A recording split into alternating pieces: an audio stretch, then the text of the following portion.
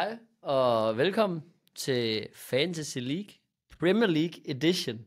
Runde 1 kigger vi simpelthen hen imod den store åbning. Og jeg er selvfølgelig jeres vært og ekspert Christoffer. Og så har vi simpelthen fået tilbage i folden. Han kunne ikke blive væk. I'm back. Henrik Hyljær, velkommen tilbage, ven. Tak for det. Godt at være tilbage. Ja, det er meget fint. Ja. Nu har jeg jo set, at det går ikke godt uden mig i Superligaen. Jeg er ikke sikker på, at det har været bedre med dig. Nej, I har nok haft Fragolino på holdet hele vejen. Ja, det kan sgu godt være. Så havde det også gået bedre, hvis vi havde haft ham. Det har du givet dig ret i. Men nu er det her jo PL. Det er det. Og det er sgu det sjoveste. Det er det sjoveste. Det må man sige. Og hvilket spil vi går i møde. Det er spændende. For der er ikke rigtig nogen, der har noget godt kampprogram. Udover lige et par hold måske. Det kommer vi ind på. Ellers er der noget, du vil sige. Sådan, der er jo taktikker og så videre, men det, jeg tænker ikke, vi dykker så meget ned i det. Har vi jo. Så kan man sgu gå tilbage og lytte fra sidste sæson. Det vigtigste, det er vel at sætte lidt fokus på den fine t-shirt, du sidder i. Det skal vi selvfølgelig starte med. Pure Shots. Pink Grape. Pink Grape. Kommer jo lige fra Smukfest. Og tak til alle, der kom forbi og med Fantasy League 20-rabatten. Stod folk forbi? Der skulle vist være lange nogle shots over det. Der er ikke nogen, der laver Fantasy 95-strikket? Der er en enkelt. Okay. Der er en enkelt, men det skulle også se en ven af huset. Det skulle vel ikke være med Emil? Det kan vi ikke udtale os om. Desværre her i podcasten. Men... Kunne man selv vælge, om det var Pink Grape eller lakrids? Vi har kun... Eller er det simpelthen fordi, det er dem, du har drukket flest af i baren? Det er den, jeg har drukket flest af, personligt. Pink Grape, og så har vi jo også hoodien, den matchende. Det er bare pure. Ja. Der bliver solgt 600.000 shots eller sådan noget. Altså det ved du ikke noget om, men det er okay. Nej, det ved jeg. Det er et fint gæt. Det ved jeg. Og det var stort. Folk går stort i baren. Er det sådan noget 50.000? Jeg tror, vi googlede det. Jeg tror, det er 60.000, der er der om dagen. Jeg synes, 600.000 er for lidt.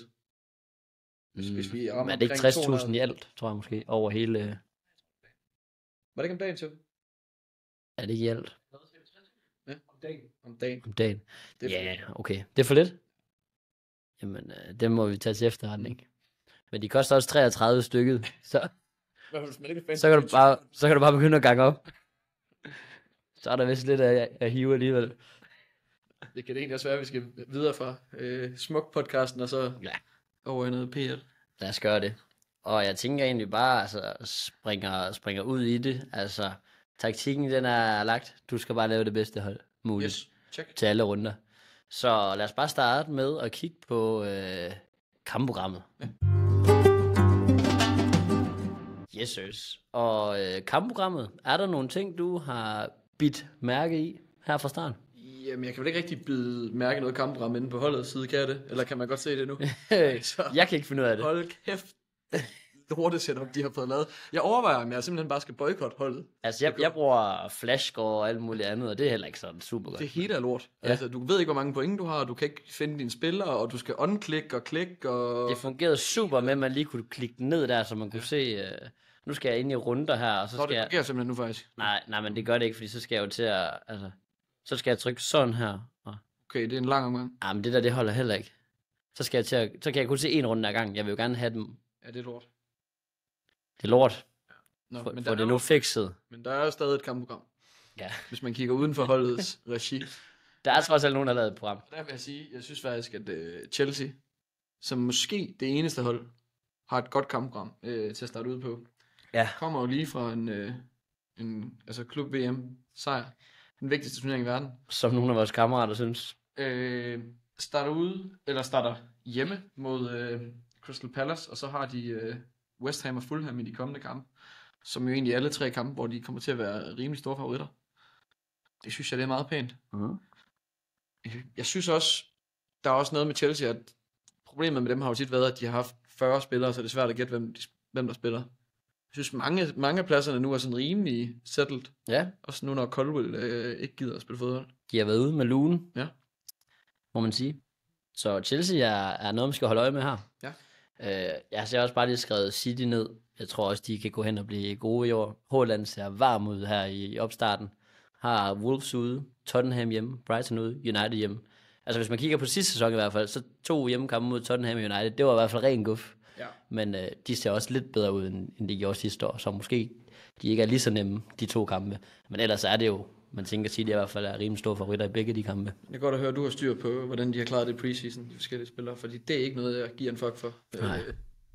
Jeg har fulgt 0 og niks med i nogen træningskamp. Han har vist garnet de sidste 4 Haaland. Godt at høre. Ja. Han er tilbage. Han er der.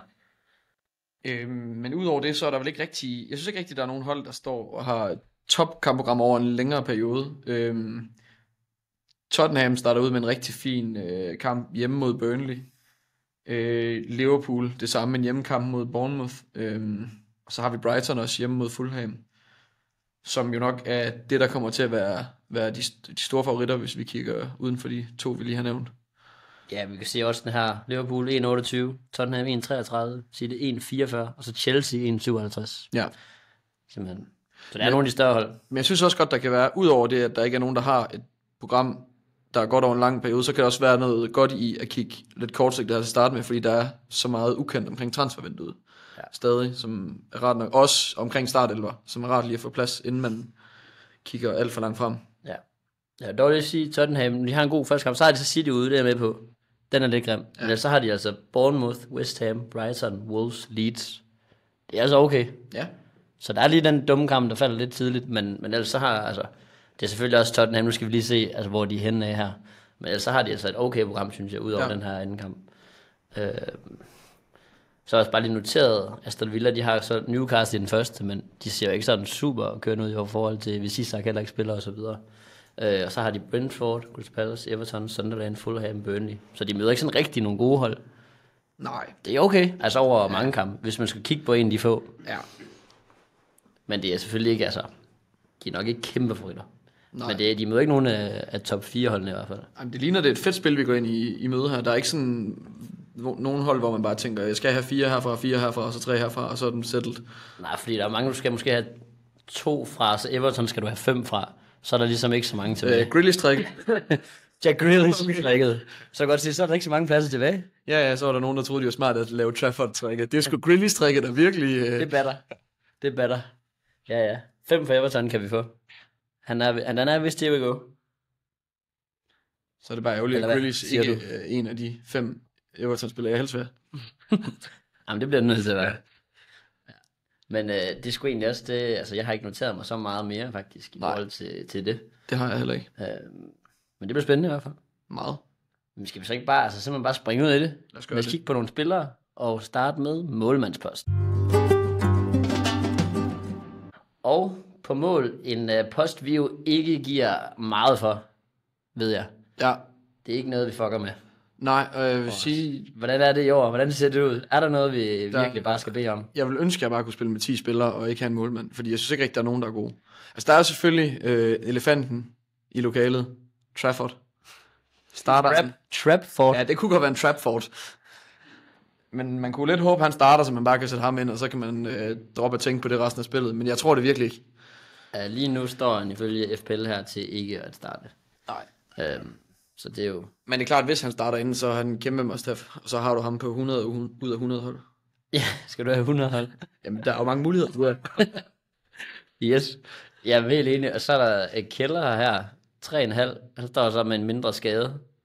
Så det er sådan lidt... Ja, jeg tjekkede Fantasy Football Scout. Der stod han til 75% klar. Okay. Eller forventning på start. Ja, okay. Men Brentford derimod, altså, de har ikke sådan for alvor forstærket sig heller. De har ikke meget hold tilbage. Eller træner. Nej. Så det ved jeg heller ikke, om det er noget, man er inde på. Generelt, den er lidt svær, den her månedspost, fordi det er virkelig ikke. Så skal man kan jo også bare gå, altså simpelthen Alisson eller Raya, og så bare fuck det hele. Jeg synes bare, det er for mange penge at lægge, også fordi man ved bare, i Premier League, der skal man bruge budgettet. Ja. Og så synes jeg, i forhold til, hvor meget ekstra du får ud af at bruge 2 millioner mere på en målmand, så vil jeg hellere have de 2 millioner til en angriber, eller en midtbanespiller. Så du er næsten nødt til at lave målmandstrikket for det? Jeg vil faktisk sige, nu sad jeg lige og klikkede lidt rundt på det her, inden vi startede med at optage. Jeg tror faktisk, at mit favoritvalg lige nu, jeg var faktisk lidt på kælder på et tidspunkt. Ja. Den har ændret sig lige nu til Peri for Leeds. Ja, den nye målmand, de har hentet ind. 2,5 millioner. Ja. De starter ud hjemme mod Everton, hvor de egentlig er favoritter. Ja. Det er ikke tit, du får en 2,5 millioners målmand, som er favorit. Det er det ikke. Det er det simpelthen ikke. Og så kan du jo håbe på, at dine spillere, de brager ud af, så du kan opgradere ham på et eller andet tidspunkt. Præcis. Til sidst. Men ja, altså, det er et frækt bud. Ellers så har vi jo også, altså, Buckingham Forest, ikke? Matt Sells. Lækker spiller, det ved vi. Det er jo her clean sheet. Det kan han sgu finde ud af. Jeg tror, jeg har skrevet 10 målmænd ned, og jeg har ikke nævnt Mattels. Den der... Du får mig ikke til at nævne nogen Nottingham. Han er den, der ejede flest indtil videre. Jeg forstår sgu ikke. Og alligevel er han uden for din top 10. Ja, jeg har ham slet ikke. Nej. Men jeg har virkelig også noget mod Nottingham Forest. Jeg tror, de kommer til at blive elendige i år. Du tror ikke, de slår Brentford hjemme? Det er jeg ikke sikker på, nej.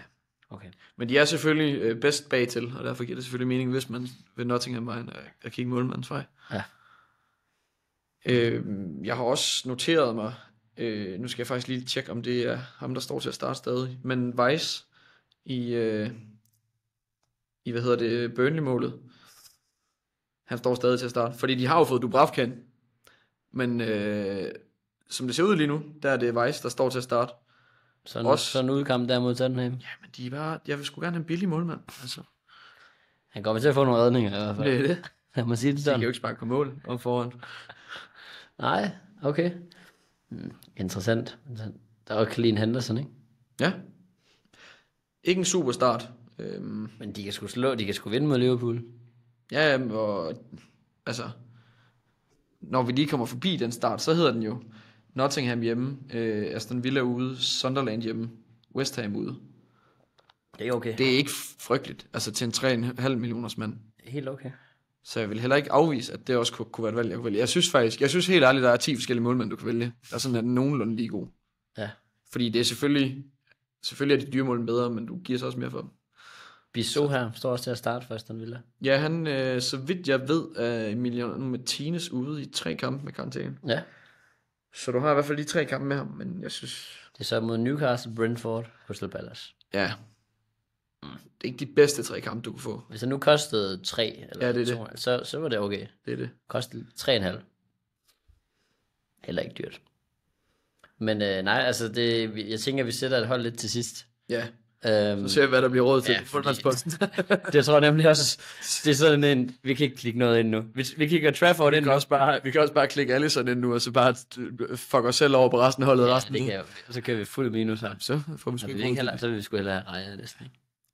Han laver flere kliches over hele sæsonen. Det tror jeg ikke. En Alisson? Ja, det tror jeg så. Noget med startprogrammet, der er lidt dårligt. Jo, men jeg siger over hele, ikke?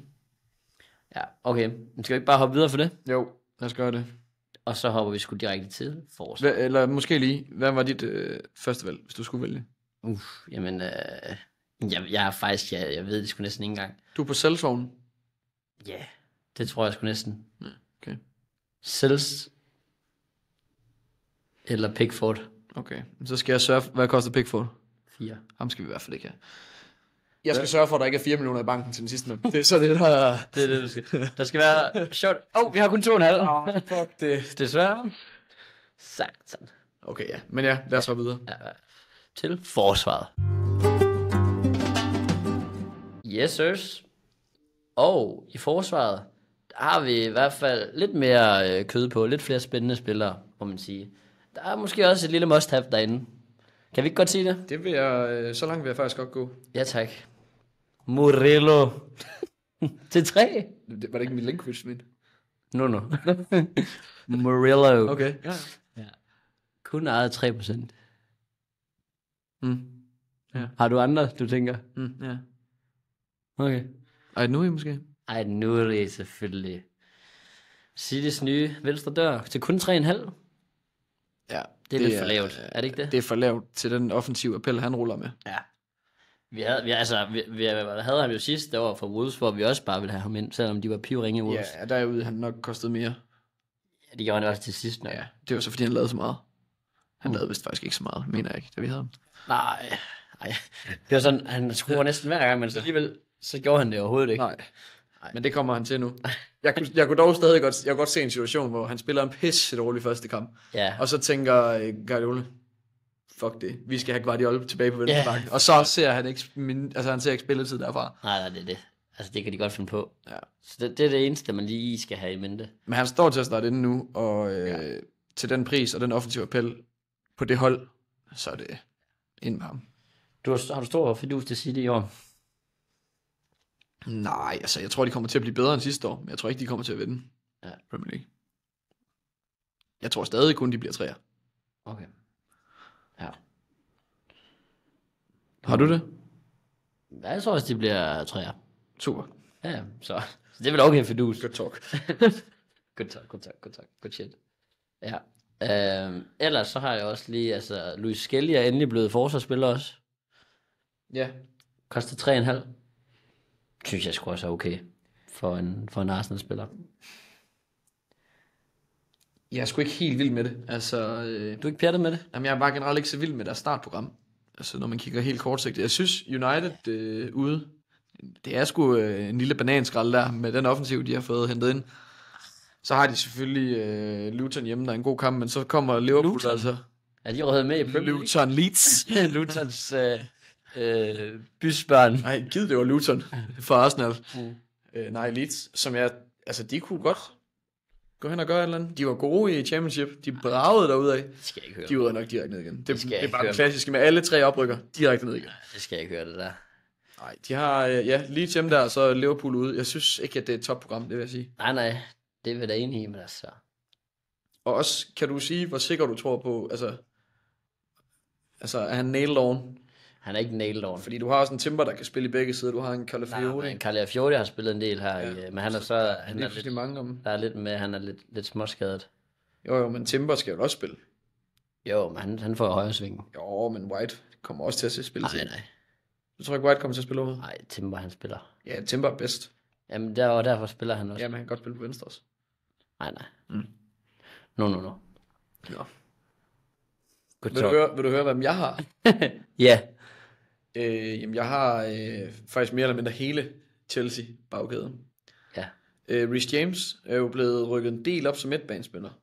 Så man kunne godt overveje at tage ham ind de 2 kampe, han har i starten af sæsonen, før han bliver skadet. For det er jo det helt store problem med ham, det er, at han bliver skadet. Det er bare, hvornår. Ja. Der kunne godt være noget godt i her i starten, at de nok ikke har et lige så tungt kampprogram med europæisk det ene eller andet, at der kunne man godt se ind i, at han forhåbentlig kommer til at spille alle kampe. Fordi når de begynder at gå over i en midtugekamp og det ene eller andet, jeg er svært ved at se ham spille 3 gange på en uge. Ja, det kan han ikke. Nej. Men han er stadig den Chelsea-forsvarsspiller, jeg helst vil have på mit hold. Du vil ikke hellere have den mest vækstende forsvarsspiller i hele det sidste spil. Hvad er det, han koster, siger du? Cucurella. Ja, han koster vist lige 1 million mere. Men laver også 1 million mere bare i vækst. Nej. Men jeg synes, han er et fint valg, Cucurella. Og det var det, jeg sagde. Jeg kan huske det i starten af sidste fredag, der kan jeg huske, jeg siger, der siger jeg, Cucurella er et kongevalg. Og så sidder Bastian og siger, nej. Som Chelsea-fans, ja, han kan ingenting. Han kan ingenting. Ja, det var sådan, det gik. Det var sådan noget med det. Men ellers også, altså Gusto, også et fint valg, men der kan også være noget med, om James bliver rykket ned på bakken, og ja, så ham vil jeg ikke være sådan helt tryg ved. Men til gengæld, så er jeg lige pludselig blevet tryg på de 2 midterforsvar, Chalobah og Tosin. Ja, altså i forhold til de starter inden, jeg vil ikke være tryg ved at have dem på banen. Nej, som manager? Nej, er du sindssyg? Jeg synes faktisk, de er gode nok. Men du er også sikker på, at de laver et eller andet brøler? Ja, men altså, de skulle også, målfarlige, ikke? Chalobah. Ja, og Tosin også. Ja. Så jeg synes, altså, det er sådan lidt hip som hap, hvad man vælger dernede. Jeg tror helst, jeg vil vælge James selv, men alle på den her Cucurella står jo også den her pris på 3,5. Jeg vil også sige, James er et rigtig godt bud. Jeg har selvfølgelig også selv taget ned her. Ellers, så er der jo også, lidt Bryson har en god første kamp. Der er både din mand Dunk, men kan vi få, er han sporløs, eller er han at finde i start? Eller han er, he's back. Altså, okay, fordi det kan man fandme ikke regne med ham. Så er det jo fået det køber ind jo. Ja. 3 millioner. Også lidt mere offensiv appel på ham. Men Dunk, jeg ved sgu snart ikke. Han må vi se med brænde nallerne. Men han skal ind. Han står på mit hold, det kan jeg sige det. 2,5 millioner. Det er altså en rigtig flot pris. For en spiller, der ikke er med i truppen. Jo, men det er frigør. Ja, okay. God pasning. Ja, han har virkelig gode pasninger. Ja, men de er egentlig begge 2 gode bud. Billige. Ja, jeg synes også, det køber et godt også når vi skal ud og brænde lidt kroner og øre af, sikkert længere frem. Jeg har også skrevet lidt fræk en Pedro Porro ned. Ja. Altså han så jeg er ikke meget for Tottenham jo generelt, men ham der, han er egentlig meget spændende, synes jeg også. Altså virkelig noget offensivt. Ja. Til 4 millioner. Også nogle røde kort. Ja, han er lidt crazy, men han kommer altså med fremad. Ja. De har den her kanon første kamp, og så har det så lidt City ude, men ellers bygger de egentlig okay igen. Ja, han laver 0 røde kort sidste sæson. Får nogle gule i hvert fald. Fint lige at tjekke sig selv. Ja, jeg havde købt den. Jeg kunne godt sige, jeg synes, han har fået et par stykker. Det må have været i Europa. Ja, det må være et eller andet. Det må have været jeg husker, han har fået i Europe. El Yunusi her? Nej. Den er vist også settled, den der. Ja. Har vi, nu skal vi måske lige sige, vi er i minut 50 på FCK Malmø-kamp. Har de fået et skud inden for rammen nu, egentlig? Det havde de jo ikke den første kamp. Hvem? Malmø. Nå. De havde 0 skud første kamp. Men jeg kan også godt lide Tottenham-drejning, og jeg synes, at det er en flot pris på, men jeg er faktisk ikke den Tottenham-spiller, jeg helst vil have. Nej, det gør jeg nemlig heller ikke. Jet Spence. 3 millioner. Og han er altså... jeg synes, i sidste sæson, der lige pludselig bliver han meget rigtig god. Hvor tvivlsom er Doja Cat? Ja, det ved jeg faktisk ikke. Doja Cat. Og det er selvfølgelig noget, man lige skal tjekke op på. Men jeg er ude i, at Jet Spence nok... Det er ikke utænkeligt, han er førstevalget, selvom Udogi er klar, vil jeg sige. Men det gør det selvfølgelig mere usikkert. Ja, det gør det. Men jeg har Spence til at være en bedre spiller end Udogi. Okay. Det var fandme god Udogi lige på et tidspunkt. Det var fandme et kort. Snusi! 3-0. Han har ikke gjort meget godt på mit managerhold, Nusi, kan jeg sige. Han kan i Europa. Så starter han ude nu i Superliga. Ja. Okay. Romeo, også fint bud faktisk. 3,5. Der får du et rødt. Går det. Men man skruer også lidt en gang imellem. Og det er også det der med at få den gode start. Altså det er virkelig en god kamp, de har sådan her. Og så kan man se, om der er et eller andet, der byder sig til hos nogle andre hold. Ja. Efter det. Ja, præcis. Og på god kamp, så kan du også, altså Raw Dog, den fuldstændig Frimpong-Kærkes kombinationen. Nej, ikke Kærkes vel. Assist og mål. Kan du sige det? Ja. Den køber jeg sgu ikke. De koster sgu det samme. Ja, præcis. 4,5. Præcis. Det er sgu ligesom Grimaldo Frimpong. De kommer til Liverpool, drengene. Altså Kærkes er en god spiller. Han er rigtig god. Du skal ikke have den til 4,5.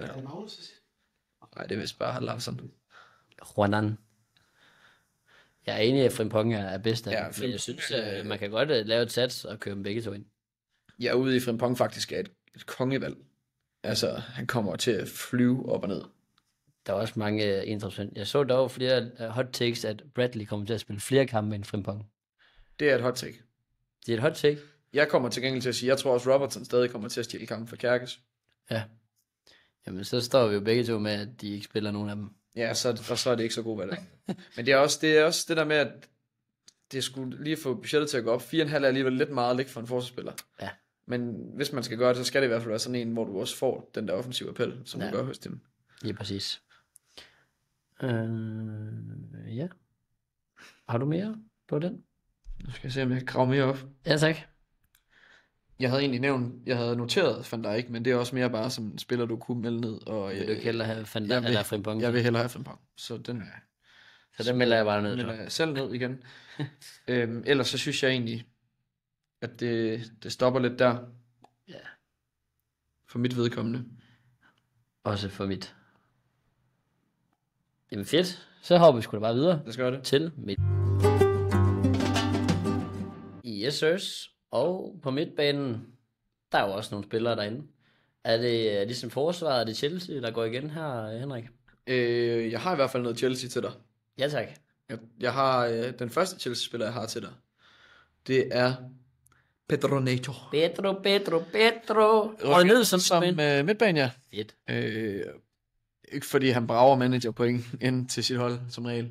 Nej. Han er god for en assist eller to. Han er meget assistspilleren, ikke? Ja, han er meget en assistspiller. Man kunne også godt være, altså jeg vil sige, han må jo være den første kantspiller, de sætter ind lige for tiden, men de har kraftet med mange af dem. Det har de. Så, de har fået lydet lidt, altså Mudryk på doping og Madueke til Arsenal. De prøver at gøre, hvad de kan for... Det gør de jo så ikke rigtigt med alle dem, de har derinde også. Tænker du Giddens? Blandt andet, ja. Okay. Men jeg synes faktisk, Neto er et godt bud. Lige nu står Neto og Giddens til at starte på hver deres kant. og jeg vil være markant mere sikker på Neto end Gittens. Ja. Og Gittens er angriber. Så. Ja. Men jeg synes også, der er andet godt hos Chelsea. Mm. Jeg synes, en Enzo Ham har jeg altså også er også frækt nok. Også fordi det skulle heller ikke utænkeligt, at han kommer op og spiller 10 af nogle kampe. Det gjorde han jo meget til sidst. Ja. Der var han altså virkelig farlig. Han kommer bravende i feltet. Altså, Men også selvom han spiller, han er ligeglad, han løber bare frem. ja. Fuldstændig. Altså, Ligger også i samme pris, ikke? 4,5. jo, det gør han nemlig. Det synes jeg skulle også er et frækt nok valg. Ja. Og så er der, kan jeg se, der er rigtig mange, der er gået på en Estevao. Ja, og hvis han skulle komme til at spille, så er det jo også rigtig frækt. Det er ikke noget, jeg vil starte med at sætte ind i hvert fald. Men det er nok sådan en, jeg også lige vil vente en kamp eller to. Men jeg tror heller ikke, altså, Jeg tror, jeg kan ikke helt se, hvorfor han skulle spille. Nej, same. Fordi de har jo Cole Kalmer for eksempel. Jeg tror, han spiller. 9 millioner også en shit at ligge for ham, var. Men de har jo selvfølgelig et gode kampprogram, og det er jo sådan en spiller, hvor altså, han kan jo godt, det ved vi, brænde banen fuldstændig af, hvis man satser lidt på ham. Jeg synes ikke, det er et dårligt valg. Det er det ikke. Altså også fordi, som du siger med kammerammet, ham kan du lade stå. Ja. Og så vil du ligesom lave det sats. Ja. Altså, så er det ham. Ja. Måske endda bindet. Det vil jo være sådan noget. Ja. I hvert fald nogle af de første kampe, de har. Måske ikke den første. Det kommer selvfølgelig an på, hvad du har på de andre hold. Men ja. Han hedder Fulham hjemme måske, så brager han ind. Så skal han have bindet. Yes, sirs. Ellers, så er der jo også røget en Kudus til Tottenham. Koster bare det samme, som han plejer. 4 millioner. Ja. Og de har jo den her kanonkamp mod Burnley. Jeg tror også, den der ejer flest faktisk i hele spillet på midten. Det synes jeg ikke er helt galt. Det er et fint valg. Ja, Kudus. Det er han også. 42%, det er så mange. Og han er også et godt valg. Ja, det synes jeg også. Det må man sige. Glimrende pris. Har du ellers noget? Det kan du tro. Vi skal til, jeg kan se, at du kigger på popularitetslisten her. Vi skal til valg nummer 2 på popularitetslisten. Tjaki. 3,5 millioner. Det har jeg svært at forstå, hvad holdet har tænkt. De ting, han kommer ikke til at spille. Ja, men så er 3,5 stadig billigt for en City-spiller. Altså, det er bare det der, når de ikke spiller, så spiller de slet ikke. Altså, spiller de sgu 90 dem derinde på banen. Prince must have, siger du, fra Tøffe. Han koster sgu ikke 2. Det er sgu tæt på, han er et must have, det vil jeg sige. Altså, om han kommer til at spille på kanten, eller som 10'er, I don't know. Højst sandsynligt som kant, ikke? Og om han så kommer til at starte den halvdelen af gangene, og så bare komme ind i resten, så er det stadig et kongevalg. Og så er det også det der, altså, der er noget for øjnene også. Ja, du skulle være stolt af at sige, jeg har ham der. Det vil jeg for mit gerne, hold. det ham, vil jeg gerne ham der ligger og prøver den ene elastiko efter den anden. Ja. Ham har jeg. Han skulle vist have okay teknik. Han er ret fed. Det er vist noget med, at han kan sparke bolden højt op i luften og tæmme den med begge fødder. Jeg er tæt på at kalde ham must have. Okay. Er det vores andet must have? Ja, fra City. Fra City. Til 3,5 millioner. Til 3,5 millioner. Vi har fået ind her. Ryan Shaki. Ja, jeg synes jo også, hvis vi fortsætter i City-sporet, så synes jeg heller ikke, at Reinders er et tosset bud. Rudolf. Randstyret. Han laver jo, har jeg hørt, 2 mål i seneste træningskamp. Det gør han nemlig. Du følger lidt med. Jeg skulle ikke set det. Det gør han, ja. Så det er jo også vi ved, fra Milan-tiden, der lavede han altså også lidt kasser. Ja, det er det. Så 4 millioner er altså ikke så tosset. Ham havde du vel på dit CA-hold? Ja, det spiller jeg vist ikke. Ja, okay. Det gør jeg vist heller ikke. Men jeg havde ham stadig på mit CA-hold. Ja. Spiller kun i store spil, ikke? Selvfølgelig. Ja. Et godt bud der. Så er der også lidt, altså Mitoma, trend er rimelig højt. 4 millioner har den her gode første kamp. Jeg synes, han har lavet 0 mål i træningskampen, kan jeg informere dig om. Bare lige. Så er der ingen chance for, at vi skal have ham, eller? Jo, det er der selvfølgelig. Okay. Jeg synes, han er et glimrende valg. Vi kender jo, at han er en lækker spiller. Ja, og det er ikke noget. Men jeg synes bare, han er det sidste halvår, det er ikke fordi, han sådan har lavet mange mål. Jeg synes, han er gået lidt kold på en eller anden måde. Er han nu også det? Ja. Men altså ja, det er øjenguf derudad. Alt det der, jeg tror bare det der doktorgrad og alt det der i en mod en, der sted ham til hovedet. Altså, er vi ikke ved at have hørt det nu? Jeg kan se, at han har scoret en træningskamp. Og han skulle vist efter Sine også have scoret i sin... Du siger, han er gået helt i stå. Jeg kan godt se, at han laver lidt. I hans seneste 4 kampe, der starter han ude alle gange, og han laver 3 mål. Ja. Han laver 3 mål på cirka 100 minutter spilletid. Men så har han 8 kampe, og en, hvor han mangler kampform inden. Ja, det er det. Og det er det. Ja, han mangler kampform. Ja. Præcis. Han er vist fin spiller. Han er 4 millioner. Jeg vil sige, han er et godt valg. Men så ikke så fedt, hvis han starter ude. Men det gør han ikke. Okay. Spiller 5 sammen mod Wolfsburg. Kommer ikke til noget. Det køber på score. Ja. Dunk med gult. Okay. Matt Riley. På vej til Juve. Ja. Tillykke til ham. Yes, men er der ellers noget på midten? Det kan du tro. Fordi nu kigger jeg ind lige og kiggede Tottenham. Hvad forventer vi? Papi Matasar. Ham skal jeg ikke have på mit hold. Står som 10. Ja, men det er de glade med. 3,5 millioner. Ja, fuck ham. Jeg tror, folk sover lidt på ham. Det vil sige, hvad? Ja. Okay, men altså Madison og Kulusevski, de er skadet. Ja, man kan sige, når vi kommer ud i sådan et valg der, så er det også fordi, jeg er ved at løbe tør. Men jeg synes ikke, at det er helt tosset. Ej, jeg vil faktisk godt komme med et godt bud nu. Så skal jeg til at have 2 for Tottenham. Jeg glemmer faktisk et rigtig godt bud. Ja. Paketa. Ham har jeg, han står her. 3 millioner, ikke? Ja, lige præcis. Straffesparket i West Ham, som ikke kan have en lige så dårlig sæson i år. Det kan simpelthen ikke lade sig gøre. Det kan jeg godt lade sig gøre. Men ja, jeg hører dig. Ham har jeg virkelig haft den mange gange, hvor han har været dårlig. Og så vidt jeg ved, har han vundet sin sag. Er der nogen, der kan bekræfte mig på den? Hvem siger vi? Paketa. Han havde en lille sag over hovedet med noget. Ja, det er jo dig, der kalder Here We Go. Han har vundet. Den er Here We Go. Så han har alt fokus på fodbold, og han er tilbage. Ja. Har Sunderland i den første. Ja. Det var okay. Jeg støtter super ud, faktisk. Ja, tak. Det var mit bud. Okay, det var min også.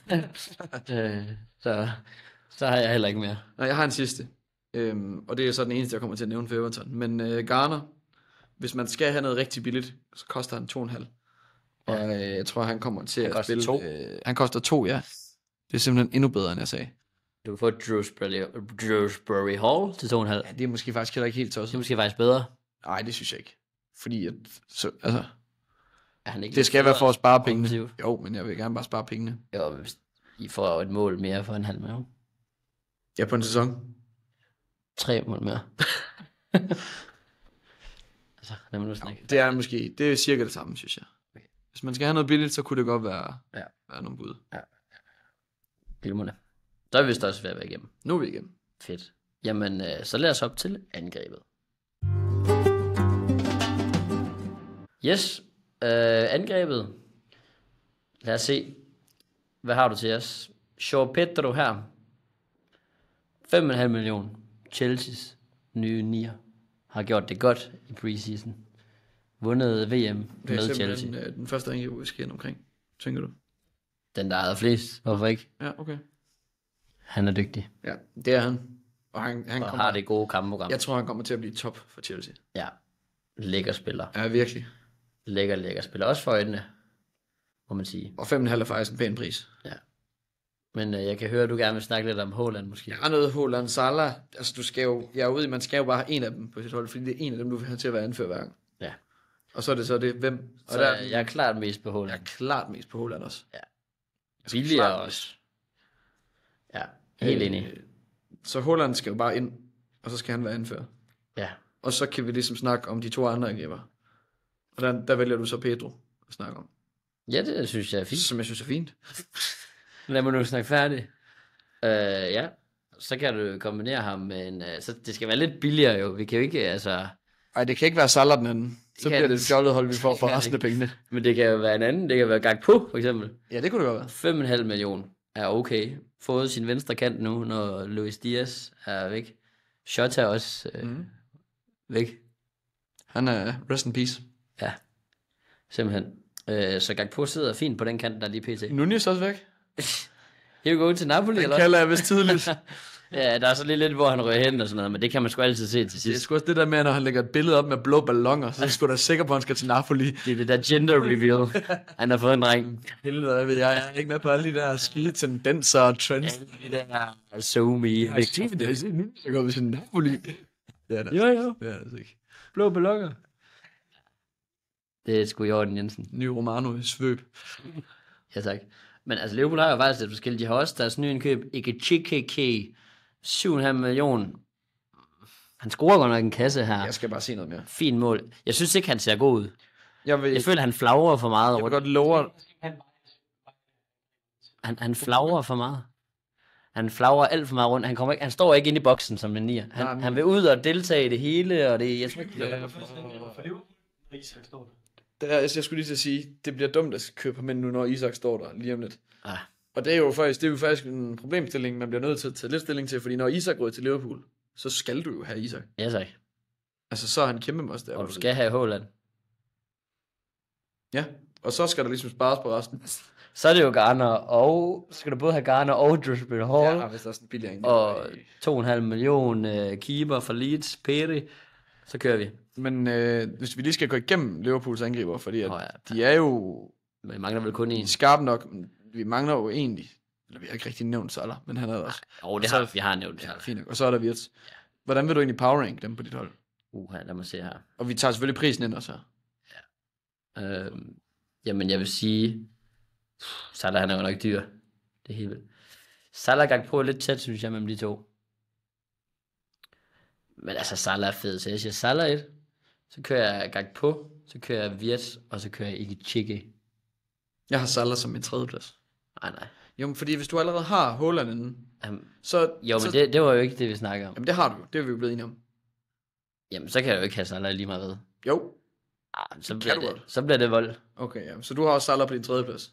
Ja, hvis jeg altså, nu liner jeg dem bare op, sådan bare set fra kun Liverpool, uden resten af holdet. Og ud af pris også?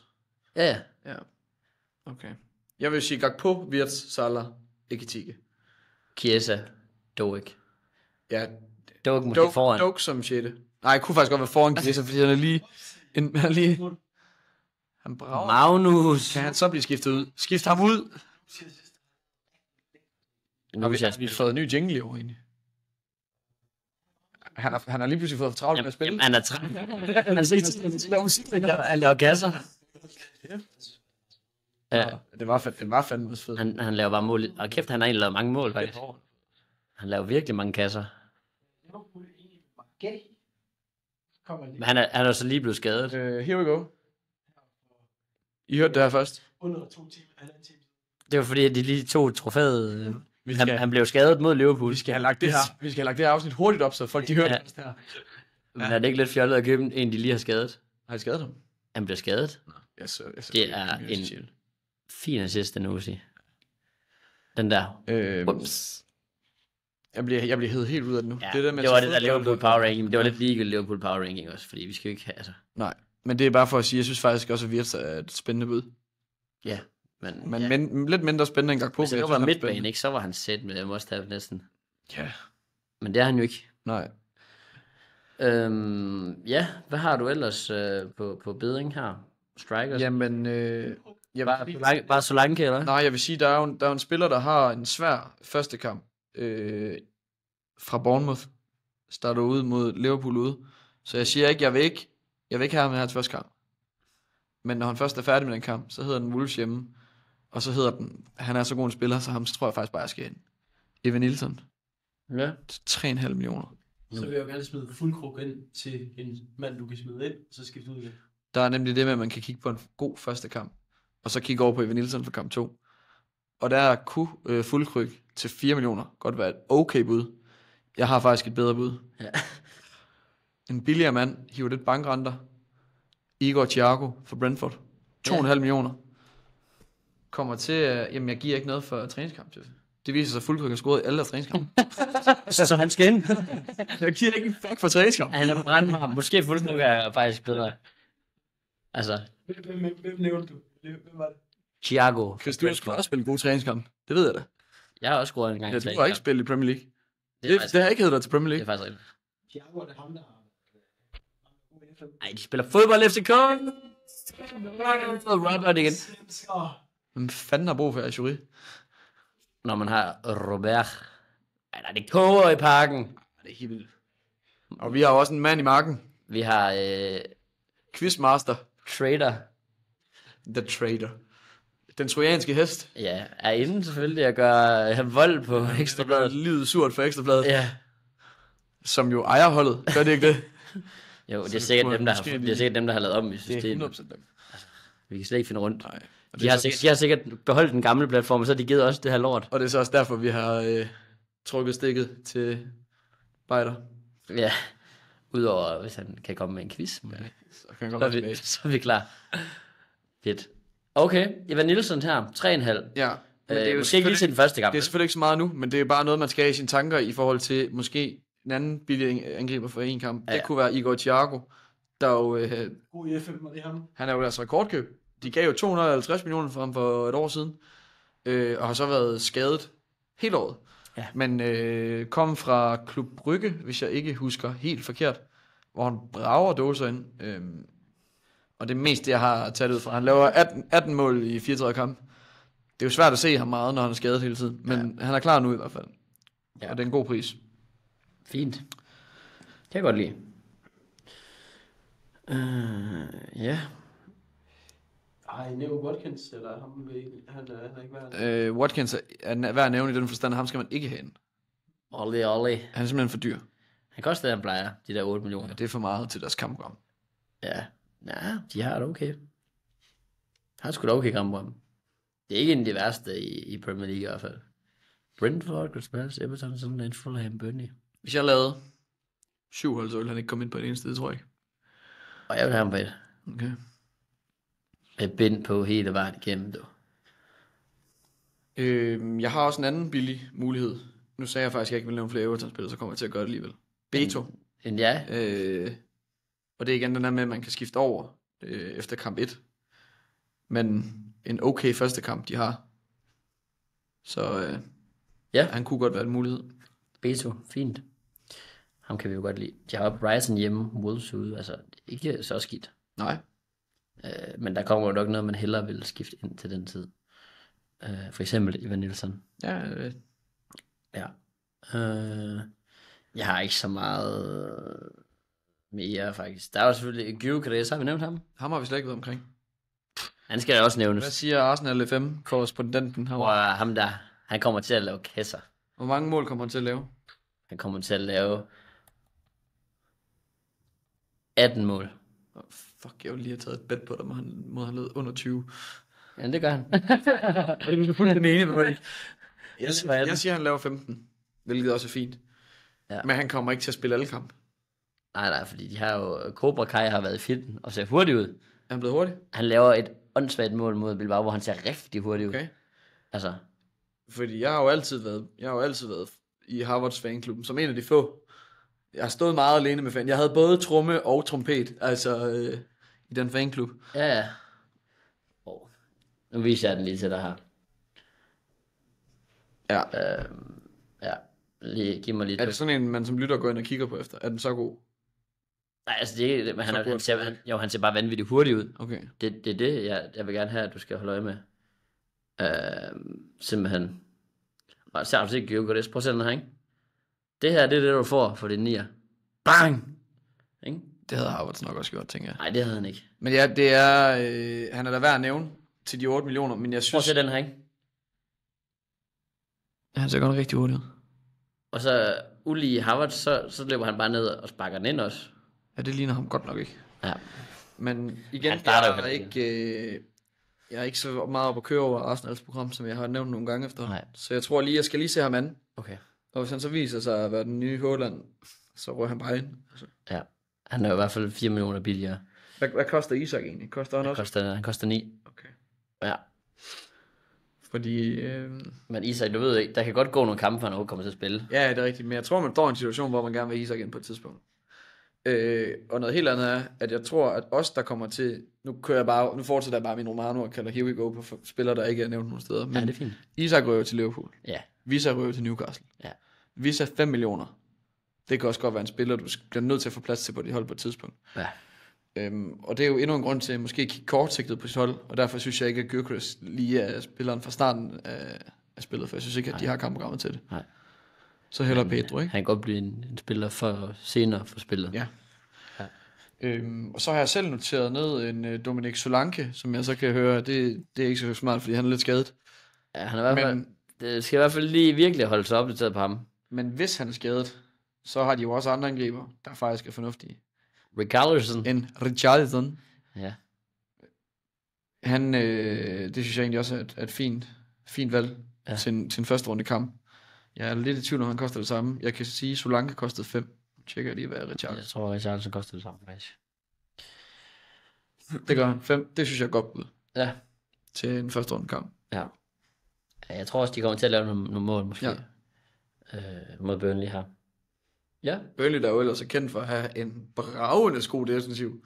Men det var selvfølgelig... Men er det ikke noget med, at de kom lidt ud af det? At de spiller lidt mere med klatten? Eller var det kun under kompagni?